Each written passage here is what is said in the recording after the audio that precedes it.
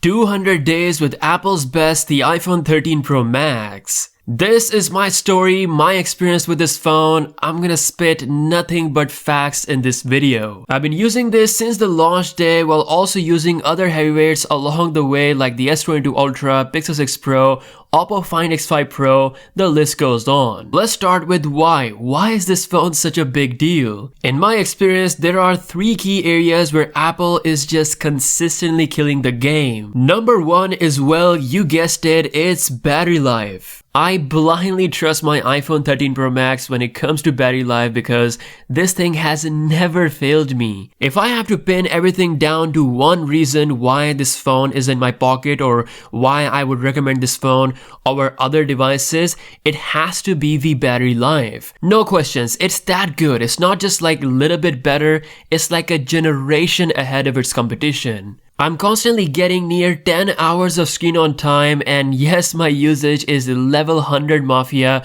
I'm constantly using 5G with Instagram and making photos and videos, also checking out maps, Spotify, listening to music at the same time. For those who follow me on the gram, you know that I'm in travel mode right now, being all over Switzerland, just constantly extreme using this phone, and it handles it all like a tank. I'm so impressed because Apple used to be the worst in battery life. They would lose to Samsung every time I would do a battery drain test, but now they easily beat Samsung by a margin. I don't know who they hired for this secret battery optimization, but man, it is absolutely mind-boggling how good the battery life is on this phone. Now when we talk about battery, we have to talk about charging. I charge my iPhone 13 Pro Max and other devices with just one, the Ugreen Nexode 100 watt fast charger. Guys, I was tired of carrying around multiple chargers for my devices, and now I just use Ugreen 100 watt charger to charge everything simultaneously. It's got 3 USB-C and 1 USB-A port delivering up to 100 watts of power. It's about 45% smaller than my MacBook charger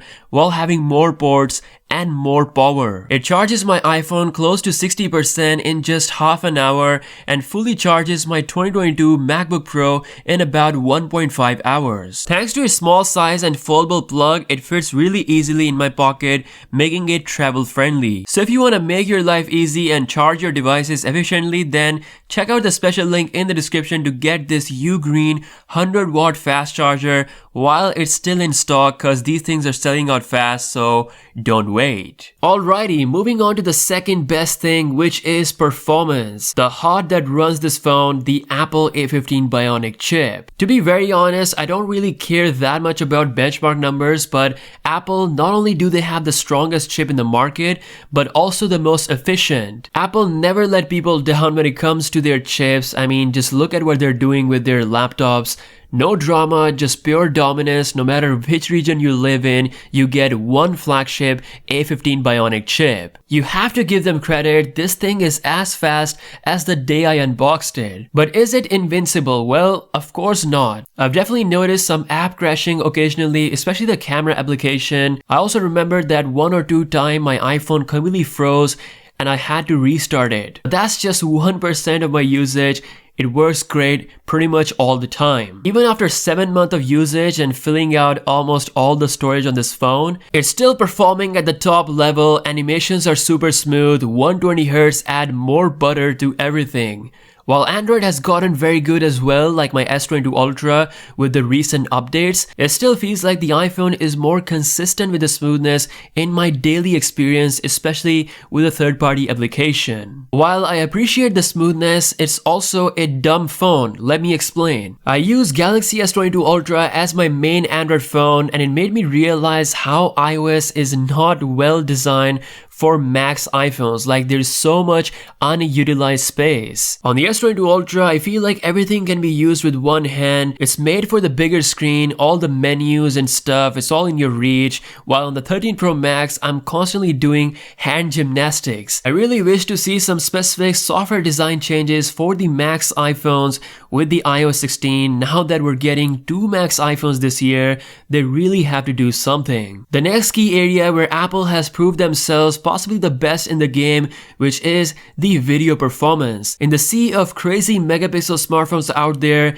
the iPhone still manages to be the best and most consistent in the video with its 12 megapixel sensor. The dynamic range, the colors, the autofocus, the way it handles the low light video is definitely my favorite video on any smartphone right now. And it's not just the video with the main camera application, it's also with how well it works with the third-party applications. Being able to just open Instagram and make those in-app videos, zooming in and out, is still more snappier and smoother than Android, which is why I prefer using social media, especially Instagram, on the iPhone. I don't think it's a big deal for most people because you can do everything on Android as well. Like my S22 Ultra is optimized for Snapchat and Instagram. Taking photos is fine, but the video, especially in low light with third-party apps, is not as good as the iPhone. Now, as for the general image quality performance out of this camera, whether it's a wide camera lens or ultra wide or even the zoom sensor, this thing does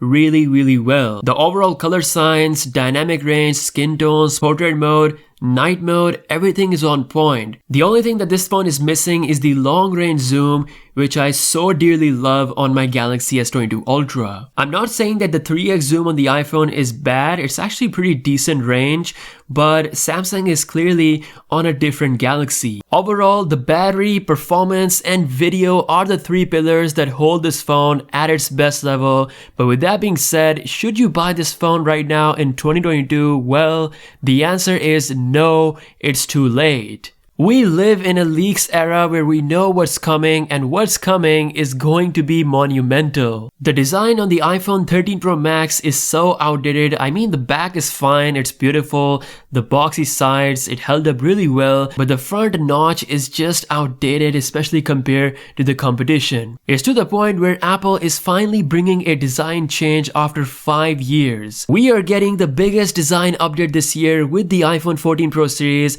and also the biggest camera upgrade after 7 years. No doubt that the iPhone 14 Pro Max will be a crazy upgrade. While I love the 13 Pro Max and what it stands for, right now it's better to wait out 4 months because the upgrade is just too big. So as an experience, 200 days later, this is still the boring notched iPhone, but it's the best battery life on a phone by a mile, best performance on a phone by a mile, and its consistently great video quality make this a very good phone. It's just that after 4 months, Apple is bringing the iPhone 14 Pro Max. Apple is not only gonna make these 3 key areas better on that phone, but also bring the much needed design change for this phone to look like a 2022 flagship. So that's all for this video, my honest 200 days experience with the iPhone 13 Pro Max. Definitely let me know what you think about this in the comment section below. If you guys are new here, be sure to subscribe. With that being said, I'll see you guys later. Peace out.